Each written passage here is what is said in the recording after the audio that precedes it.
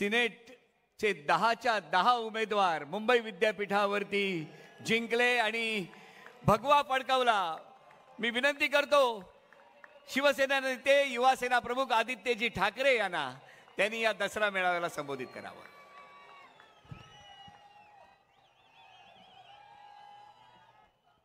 जय महाराष्ट्र। महाराष्ट्रातील तमाम युवकांचे प्रेरणास्थान युवा हृदय सम्राट युवराज माननीय युवा सेना अध्यक्ष महाराष्ट्र राज्याचे सन्मान्य माजी पर्यावरण तथा राज्य शिष्टाचार मंत्री श्रीमान आदित्य साहेब उद्धव साहेब ठाकरे यांचा। लोकांचा आवाज पुरेसा आहे आणि लोक प्रेम देत असतात, जनता प्रेम देत असते। आज पहिल्यांदा मी दसरा मेळाव्यात भाषण करत आहे, आपल्याला संबोधित करत आहे, आपल्याशी चर्चा करत आहे आणि मनात अनेक आठवणी भरून येतात। मला आठवतं लहानपणी वर्षातला सर्वात मोठा दिवस आणि महत्त्वाचा दिवस म्हणजे दसरा। तर दसऱ्याला काय तर आजाचं भाषण म्हणजे वंदनीय हिंदू सम्राट बाळासाहेब ठाकरेंचं भाषण ऐकायला लहानपणीपासून अनेकदा इथे समोर बसलेलो आहे। तेव्हा असं कार्पेट नसायचं, तिथे गवत असायचं, त्याच्यात आम्ही बसायचो। मग वडिलांचं भाषण ऐकायला मग 2010 साली मला आठवतं ह्याच मंचावर ह्याच दिवशी दसऱ्याच्याच दिवशी युवासेना स्थापन केली होती आणि माझ्या आजोबांनी वंदनीय हिंदू सम्राट बाळासाहेब ठाकरेंनी तलवार तर हातात दिली पण ताकद दिली, आशीर्वाद दिले, प्रेरणा दिली, बळ दिलं की आदित्य लढ, ह्या महाराष्ट्रासाठी लढ, या मातीसाठी लढ, या देशासाठी लढ। ह्याच मैदानात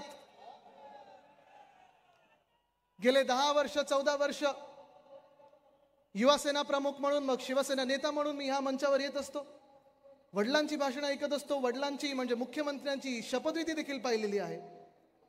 पण 14 वर्षात कधी मी भाषण केलं नाही, कारण घरात एक प्रथा आहे आणि संजय राऊत काकांना माहिती आहे कदाचित माझे वडील कधी त्यांच्या वडिलांचं भाषण नाही करायचे आणि मी पण तसं आता उद्धव साहेब आले की थांबणार आहे। पण हे जरी असलं तरी योगायोग असा आहे की आजचा दिवस हे साल 2024 कदाचित योगायोग असेल, कदाचित माझ्या आजोबांचा आशीर्वाद असेल, कदाचित पंजोबांचा आशीर्वाद असेल आणि आहेच। त्यांनी कदाचित मला सांगितलं असेल की आदित्य हा क्षण फार महत्वाचा आहे, हे साल फार महत्वाचं आहे, ही लढाई सर्वात मोठी आणि सर्वात महत्वाची लढाई ही आत्ताची येणारी लढाई आहे। मला आठवतं 6 जानेवारीला अरविंद सावंत साहेबांसाठी मी गिरगावमध्ये सभा घेतली होती आणि सुरू केलेला आपण लोकसभेचा आपला प्रचार सुरू केला होता आणि त्यावेळी मी सांगितलं होतं की गेले 5 वर्ष ज्या लोकसभेत आपल्याला परिवर्तन घडवायचं, ज्या लोकसभेमध्ये आपल्याला बदल घडवायचा आहे ते साल आलेलं आहे। आणि तसंच मी सांगतो 2 वर्ष ज्या क्षणाची आपण वाट पाहत होतो, ज्या वर्षाची आपण वाट पाहत होतो, 2024 ची निवडणूक कधी लागणार, राज्याची निवडणूक कधी लागणार। हा कदाचित मला काल परवाकडे कोणीतरी एकाने सांगितलेलं आहे, एका अधिकाऱ्याने, कारण आता चर्चा सुरू आहे।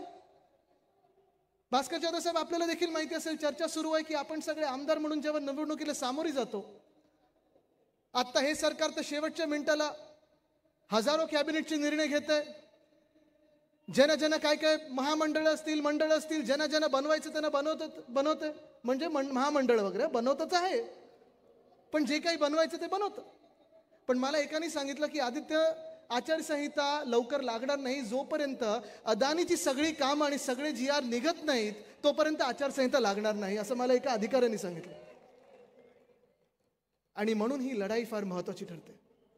आज हा आपला दसरा मेळावा इथे एक चालू आहे, खरी शिवसेना, ओरिजिनल शिवसेना, आणि आपलं भाग्य आहे की आपल्या शिवसेनेला उद्धव बाळासाहेब ठाकरे हे नाव जोडलेलं आहे। म्हणजे उद्धव साहेब पण आहेत, बाळासाहेब पण आहेत आणि ही आपली शिवसेना आहे। ठाकरे म्हणजे तुम्ही सगळेच। पण ही जी लढाई आहे ही महत्वाची एवढ्यासाठी आहे, माझ्यासाठी देखील महत्वाची एवढ्यासाठी आहे, कारण ही लढाई वैयक्तिक नाही, स्वतःसाठी नाही, कुठच्या पदासाठी नाही, सरकार बनवण्यासाठी नाही, तर आपल्याला महाराष्ट्रात ही जी लूट चाललेली आहे, कदाचित सुरतेच्या लूटाचा जो बदला घेत आहेत, ही लूट, हा भ्रष्टाचार, मुंबईची विकत आहेत, हे सगळं रोखण्यासाठी ही महत्वाची निवडणूक आहे। हे तुम्ही ठरवायचं आहे की मुंबईला आपण अदानीच्या घशात घालू देणार आहात की नाही हे तुम्ही सर्वांनी ठरवायचं आहे. हा निर्णय तुमच्या हातात राहणार आहे. कारण ह्या 2 वर्षामध्ये जर पाहिलं आपण तर 2च गोष्टी झालेल्या आहेत.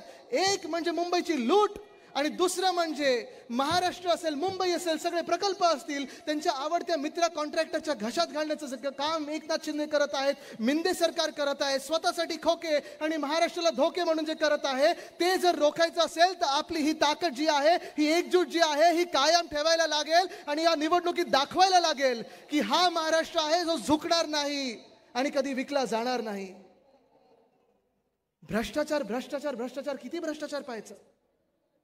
आधी हे भाजपवाले जेव्हा यायचे आपल्याकडे आणि सभा घ्यायचे तेव्हा ते एक एक भ्रष्टाचारचे A to Z काढायचे, A for, B for, C for. पण राजन विचारे साहेब, जर आता आपण पाहिलं एकनाथ शिंदेनी, मिंदे सरकारनी, या भाजपनी, या खोके सरकारनी जेवढे ह्या महाराष्ट्रात भ्रष्टाचार करून लुटलेला आहे, तर Aचा जर आकडा करायचा असतील तर 100 भ्रष्टाचार असतील, Bचा जर आकडा करायचा असतील तर 100 भ्रष्टाचार असतील. असे A to Z हे कितीतरी आपण पाहिलं तर प्रत्येक अक्षराला वेगळे वेगळे वेगळे असे अनेक भ्रष्टाचार करून ठेवलेले आहेत. मुंबईचं जर म्हणायचं झालं तर मागच्या वर्षी असेल किंवा ह्या वर्षी असेल 2 मोठे घोटाळे रस्त्यांचे झाले. तिथे मुंबईकर किती जरा हात वरती करून मला दाखवा. आहात ना तुम्ही सगळे मुंबईकर? तुम्ही मला सांगा, मागच्या वर्षी जो रस्त्याचा घोटाळा मी उघड केला, पत्रकार परिषद घेतली, 15 जानेवारीला मी भ्रष्टाचार तो उघड केला होता आणि त्यावेळी प्रधानमंत्री महोदयाने सांगितलं होतं की प्रधानमंत्री महोदय, ह्याच्यात नाव तुमचं खराब होणार आहे, बदनामी तुमची होणार आहे, तुमच्या हातातून हे भ्रष्टाचारी काही कामं करून घेत आहेत, तुमच्याकडून भूमिपूजन ज्या गोष्टींची करत आहेत, कधी ती गोष्ट होणार नाही. या मुंबईत ही कामं कधी सुरू होणार नाहीत.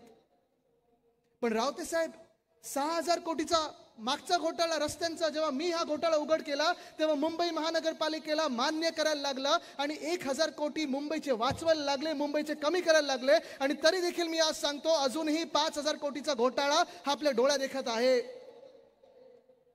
एक तरी रस्ते ह्या मुंबईत गेल्या 2 वर्षात नवीन झाले का मला सांगा. कोणाचं तरी भाषण ऐकलेलं मी, कोणाचं तरी भाषण ऐकलेलं 2 वर्षात, मग परत शर्ट खाली घ्यायचा आणि म्हणून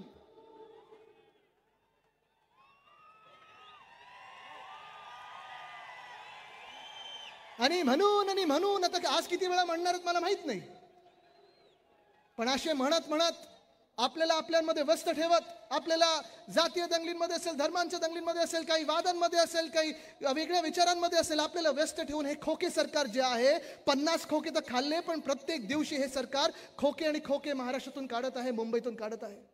जसा मागच्या वर्षीचा रस्त्याचा घोटाळा होता, या वर्षी देखील त्यांनी 6000 कोटीचा रस्त्याचा घोटाळा केलेला आहे. मी आज मुंबई महानगरपालिकेच्या आधीच्या पण आयुक्तांना सांगत आहे आणि आत्ताच्या पण आयुक्तांना सांगत आहे, याद राखा, जर तुम्ही याच्यावर सही केली तर 1 तरी रुपया तुम्ही त्या कॉन्ट्रॅक्टरने दिला, 1 तरी रुपया तुम्ही या खोके सरकारला दिला.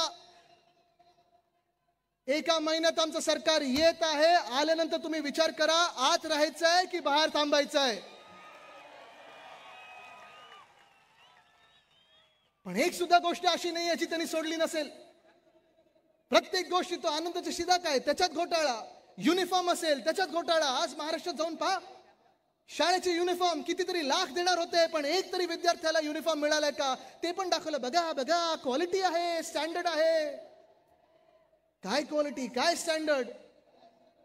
दोन्ही वेळा जेव्हा डॅवॉसला तुम्ही गेलात, देसाई साहेब, तुम्ही आणि मी आपण गेलो होतो डॅवॉसला, बरोबर आहे ना?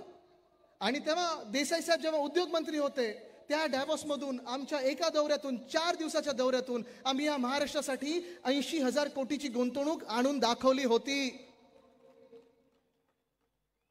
पण हेच मिंदे सरकार, हेच खोके सरकार गेलं डॅवॉसला, मागच्या वर्षी पण गेलं, या वर्षी पण गेलं. आणि तुम्हाला आश्चर्य वाटेल, 24 तासात आणि दुसऱ्या वेळी 28 तासात 40 ते 45 कोटी ह्या 2 दिवसाच्या दौऱ्यांमध्ये उडवलेले आहेत. 40 ते 45 कोटी.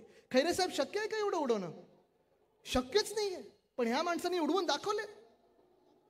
आज आपण बघतोय आनंद शिदात घोटाळा, युनिफॉर्म मध्ये घोटाळा, रस्त्यामध्ये घोटाळा, स्ट्रीट फर्निचर मध्ये घोटाळा, झाडांच्या कुंड्यांमध्ये घोटाळा, झाडं लावण्यात घोटाळा, मुंबईचे कुठचेही महामार्ग असतील घोटाळा, सॅनिटरी पॅड वेंडिंग मशीन मध्ये घोटाळा, सॅनिटरी पॅड मध्ये घोटाळा.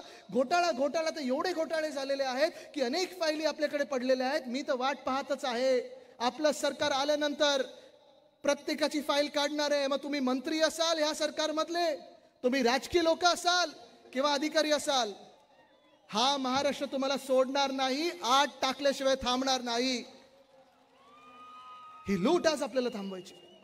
एका बाजूला आपण पाहतोय सगळं काही ओरबडलं जात आहे. जे काही यांच्या घशात नाही जात ते गुजरातच्या घशात जाते. गुजरातची आपलं काही वैयक्तिक वाद नाही, गुजरातची काही वैर नाहीये. पण मला राग ह्या गोष्टीचा येतो आणि मी नडतो त्या गोष्टींसाठी. जेव्हा आमच्या हक्काचं तुम्ही गुजरातला खेचून नेता, ओरबडून नेता, त्या गोष्टीसाठी मी लढणार म्हणजे लढणार. आज मी तुम्हाला विचारते, इकडच्या तरुणांना विचारते, तुम्ही माझी साथ आणि सोबत देणार की नाही?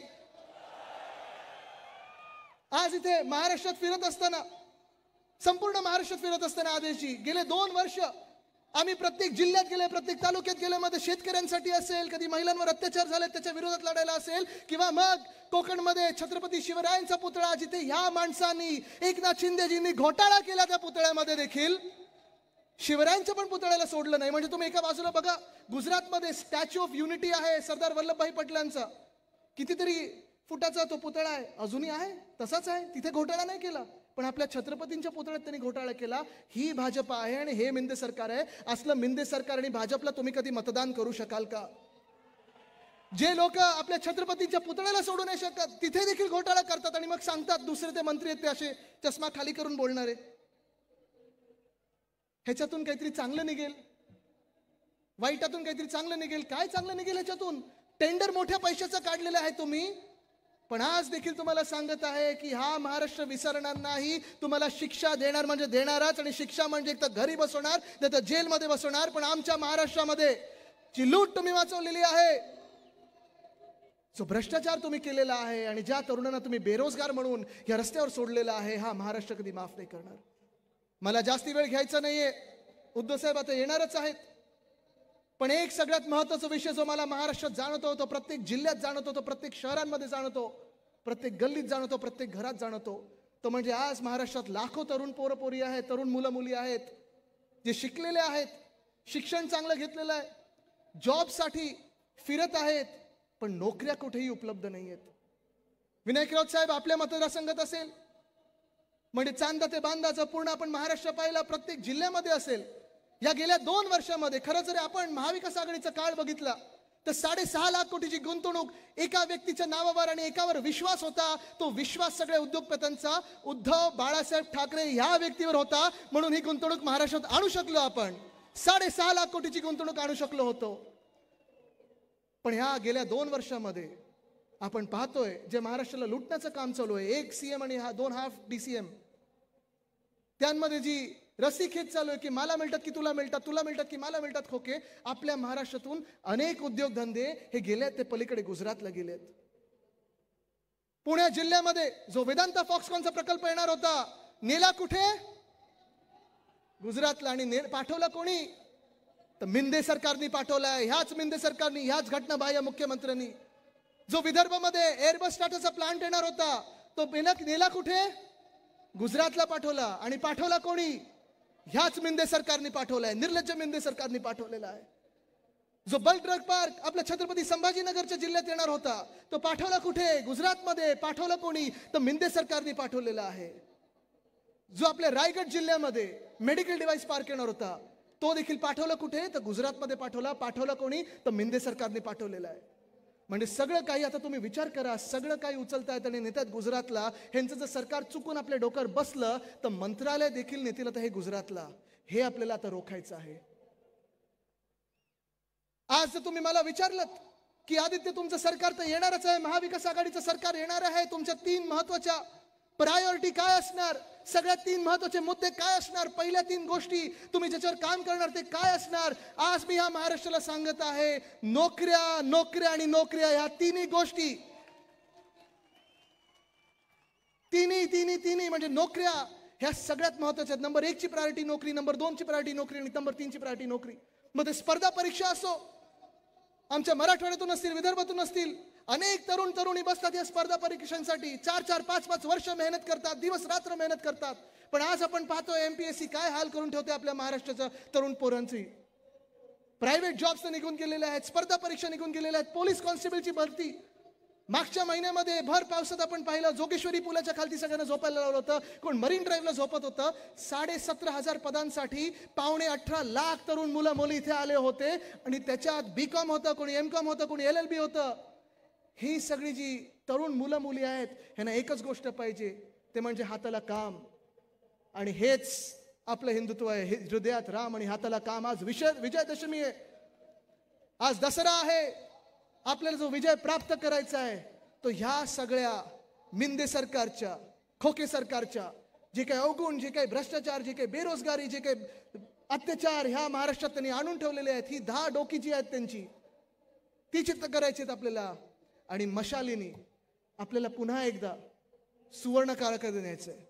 मी आज तुम्हाला विचारत आहे, इथे सगळे जे आपले महाराष्ट्र प्रेमी जनता आलेली आहे, तुम्ही लढायला तयार आहात का? मी तर लढत आहे आपल्या महाराष्ट्रासाठी, मी लढत आहे आपल्या भूमिपुत्रांसाठी, मी लढत आहे आपल्या न्याय हक्कांसाठी. अंगावर वार घ्यायला तयार आहे. हे खोके सरकारवाले मागून वार करतात, चला ठीक आहे, पुढून मागून कुठेही करा. उद्धव साहेबांच्या पाठीत खूप खंजीर खुपसला तरी देखील ते लढत आहेत. तुम्ही आम्हाला साथ आणि सोबत देणार की नाही? लढायला तयार आहात का? जिंकायला तयार आहात का? लढायला तयार आहात का? जिंकायला तयार आहात का? आणि जिंकायचं असेल तर आपल्याला एक गोष्ट लक्षात ठेवायला लागेल, आपलं चिन्ह कुठचं? चिन्ह कुठचं? चिन्ह कुठचं? चिन्ह कुठचं? चिन्ह कुठचं? चिन्ह कुठचं? चिन्ह कुठचं?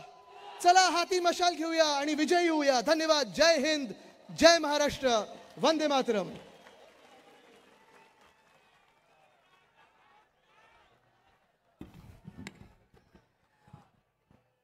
धन्यवाद आदित्यजी. आज पहिल्यांदा आपण या शिवतीर्थावर आपले विचार मांडलेले आहेत आणि हे शिवतीर्थ ज्या ठिकाणी वंदनीय हिंदू हृदय सम्राट शिवसेना प्रमुख बाळासाहेब ठाकरे यांचं शक्तिस्थान इथे पाठीमागे जणू काही आता तुम्हाला आशीर्वाद